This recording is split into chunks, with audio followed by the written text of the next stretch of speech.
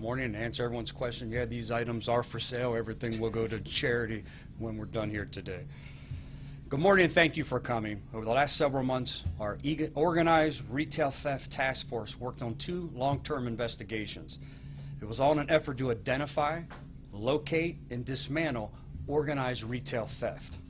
Before we get into the details and explain this team's success, I want to welcome our Florida Attorney General, Ashley Moody, FDLE Special Agent in Charge, Mark Brutnell, and FDLE Assistant Special Agent in Charge, John Vecchio. The first investigation our task force worked on started back in June of this year. We received information about an organized crime ring from the Tampa Bay Regional Intelligence Center.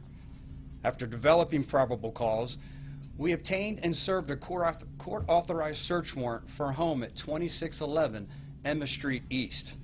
And as a result, the following people were arrested.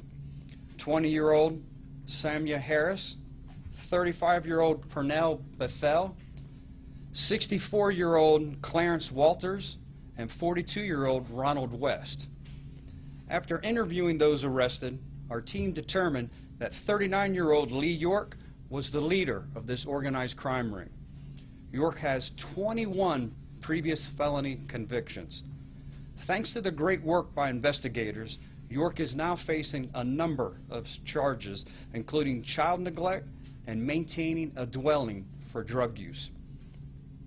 During the search of the home on Emma Street, our task force recovered 50 boxes of unopened diapers, multiple packages of paper towels, toilet paper, and several brand new power tools. In total, we were able to connect 26 cases of theft that were committed by these individuals.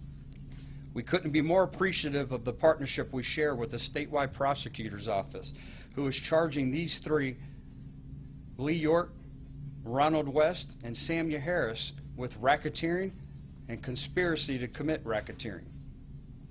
In addition to these arrests, the statewide prosecutor's office has also charged 30-year-old Kona Ingram with racketeering and conspiracy to commit racketeering. This is a direct result of the investigation into Lee York. The Tampa Bay Regional Intelligence Center did an outstanding job of identifying the crime trend, disseminating that intelligence to our team, who did a great job of tracking down these criminals who are now facing extremely serious charges.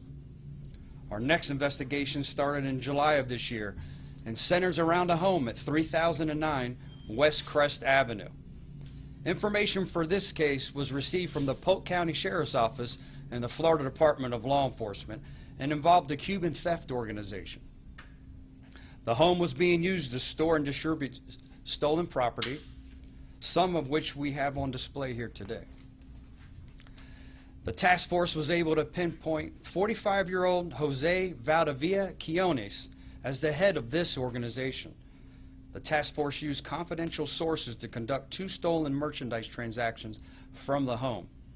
During the transactions, Jose Quiones instructed the confidential source to steal certain items from specific stores and then compensated the confidential source for doing the theft.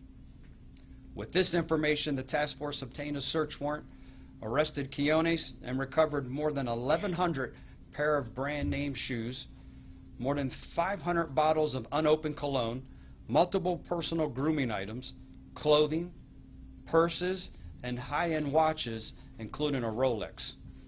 The value of the recovered items is approximately $180,000. As a result, Quiones is charged with 2 counts of dealing in stolen property and racketeering. Why is enforcing these types of crime important? Because retail theft is not a victimless crime. It impacts business owners and us as consumers. And the actions of these criminals directly contribute to you paying more at the register. Your sheriff's office won't stand for this type of crime. As made evident with the dismantling of these organized crime rings, our team of professionals are extremely good at what they do. And the task force will continue to pursue criminal organizations and track down the people responsible for these types of crime. I would now like to introduce our Attorney General, someone who works tirelessly every day to protect Floridians and pursue criminals that take advantage of our communities. General Moody's Office of Statewide Prosecution was involved in both of these retail theft operations. Please welcome our Florida Attorney General, Ashley Moody. Thank you.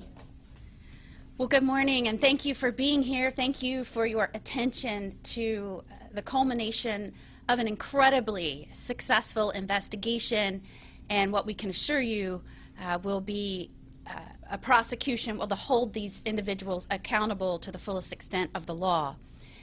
This is an example of what can happen when multiple agencies work together and coordinate to go after large, complex criminal organizations. This racketeering case involves 8 individuals, over 130 predicate acts, hundreds of thousands of dollars in stolen merchandise, multiple businesses around the states from 14 different counties. And the successful culmination of this case is only possible because we had men and women of law enforcement from different investigative agencies working together hand in hand to identify the businesses being taken advantage of and those that were responsible. As Sheriff Chronister said, organized retail theft, which my office will aggressively pursue in the state of Florida, are not just affecting the businesses from which this merchandise is being stolen. The mother who is working 3 jobs to put food on the table will be paying a little bit more for the items she needs for her family because these individuals think they can go in and just take what they want and sell for their own profit.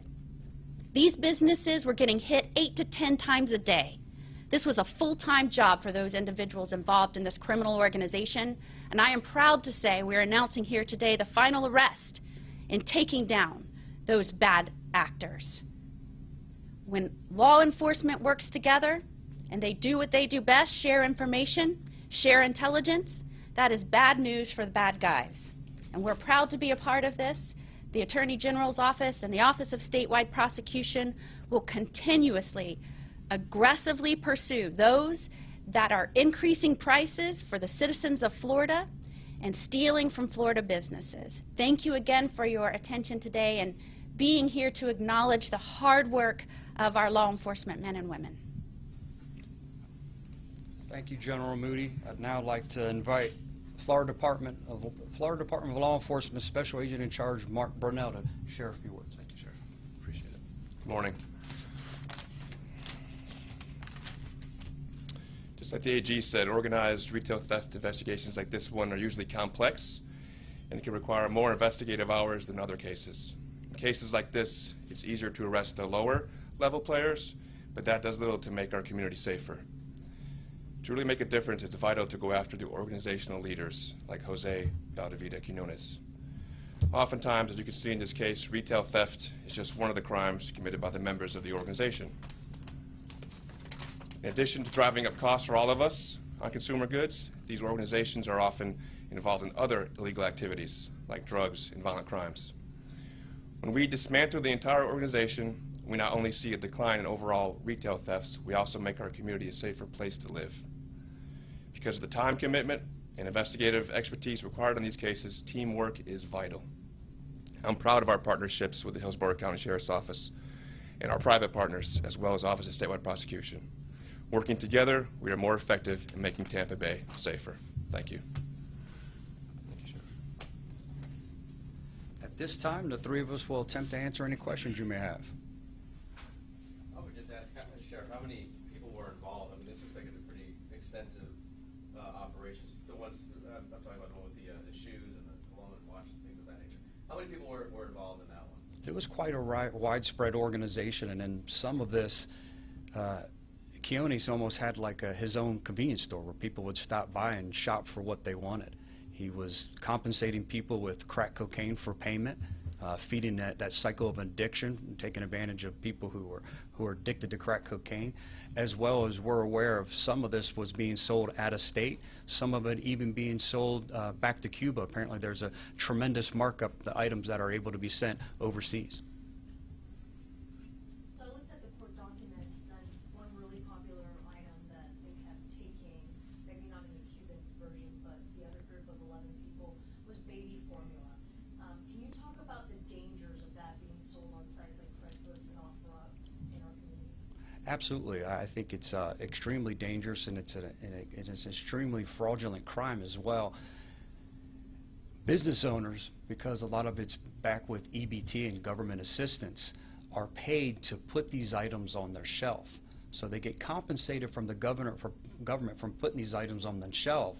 And what we're finding is some local convenience store owners are actually buying them back at a discounted rate, selling them, making the profit as well as being compensated from the government. And that's still part of this investigation that will spin off into other individuals as well. But extremely dangerous because a lot of times, at the same time, as you're alluding to, you don't know what you're getting. You know, they sell it on the black market. It's a shame that it's such a black market for such a vital item for survival when it comes to infants. How were they getting merchandise back to Cuba? Did they have a contact there? They did. They have contacts over there. They had the shipping routes set up the way they were mailed, even covering the cost of all the postage and everything gone from these items. There was still a tremendous amount of profit from the markup that it made it worth their while to ship items overseas to Cuba. So they were just mailing it? They were mailing it. There were some other ways as well, but the preferred method was to ship it out. I understand there was video inside of this man's home. Have you guys reviewed that video, or are you planning to release it? That's a good question. I'm not aware of that. We will release it. We will release it. Yes. Any other questions? How long had both these operations been going on?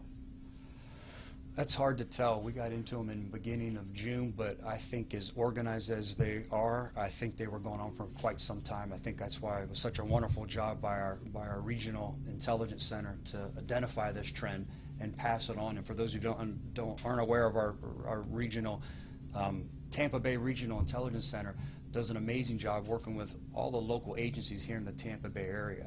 And what they do is they're able to identify and share intelligence, which is the most powerful tool that you have in law enforcement. Share this information, identify a trend, and then we're able to work with different departments, whether it's a statewide prosecutor's office, Polk County Sheriff's Office, Florida Department of Law Enforcement, knowing that there were no county boundaries for these organizations, come together and be able to make such an effective case.